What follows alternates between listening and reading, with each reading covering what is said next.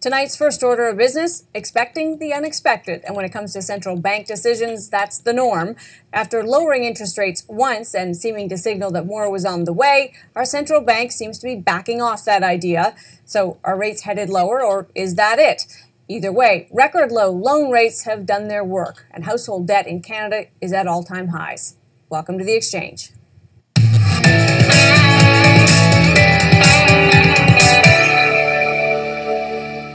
As expected, the central bank did hold its key interest rate steady today. For at least the next 6 weeks, the bank's overnight lending rate will remain at 0.75%. That comes after January's surprise cut from 1%. When that cut was made, there were indications that another was just around the corner. Today, the bank had a different take on that, saying financial conditions in Canada have eased materially since January. It cited an improving global economy and the effect of the previous cut. The statement added, in light of these developments, we judge that the current degree of monetary policy stimulus is still appropriate. In layman's terms, that means the bank is in a holding pattern, waiting to see what happens to the economy. Lower rates put more cheap money into our financial system, good for borrowers now, but a potential liability when interest rates rise off these historic lows. Peter Armstrong is with us for more. And Peter, we've been talking about this and the many moving parts, including, of course, surprising strength in the economy that we were talking about yesterday at the end of last year. This question, of course, for a lot of borrowers about when rates really do finally start to turn. We're talking now about kind of moving numbers around at such low levels that it almost seems immaterial. The real question is, once they start going up, do they go up in a big way? And does that actually hurt a lot of borrowers? Well, I mean, the one thing that the Bank of Canada has tried to do throughout this is, in spite of January's surprise, was to try to telegraph as much information beforehand. Yeah. And we're certainly getting back to that. And, we parsed over every last word in the announcement this morning. And the indication seems to be that what he wanted to do, as he said, was get some insurance, but really buy some time and get a broad view of what's happening with all the economic indicators. And as we talked about yesterday, a lot of that information is still pretty muddy.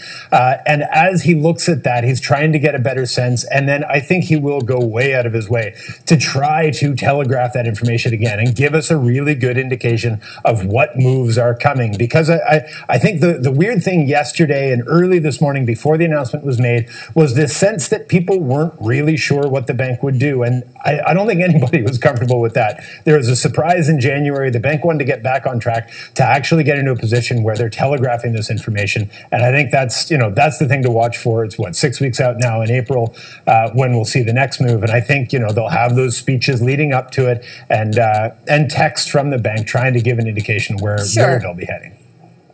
I mean, I think, if we parse what he said today, it does seem as though probably at the very next decision point, they will hold steady. And I think most economists reacted that way today because he said it looks as though there's enough stimulus in the system right now.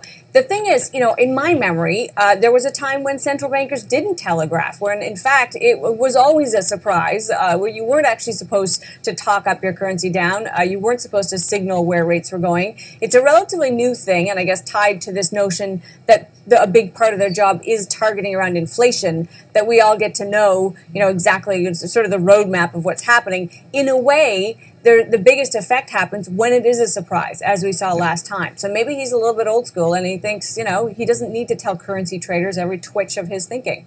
Well, and as we saw with the Bank of India last night making this surprise move and moving their rates. But, at the end of the day, when rates are so low and they've been so low for so long that your ability to move becomes limited and your margins are so squeezed that I think that's where the importance of telegraphing that information comes out even more, that you don't have a lot of options and you really don't want to surprise people because you're almost out of options at the bottom end.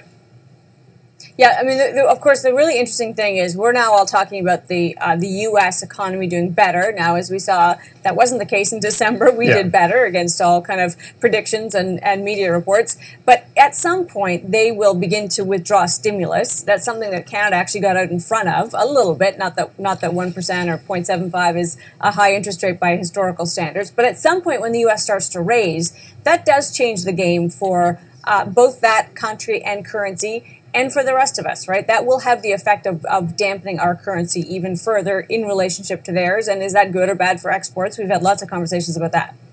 We have, and I think it's a conversation we should probably get quite used to, because I don't think it's going anywhere. It's only going to grow.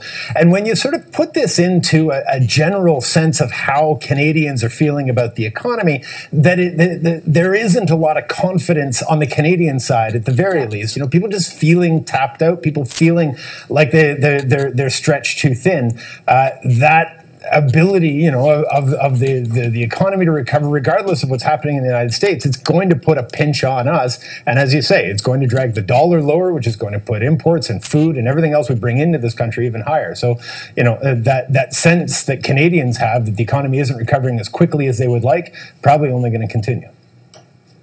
All right. Thanks, Peter. You bet.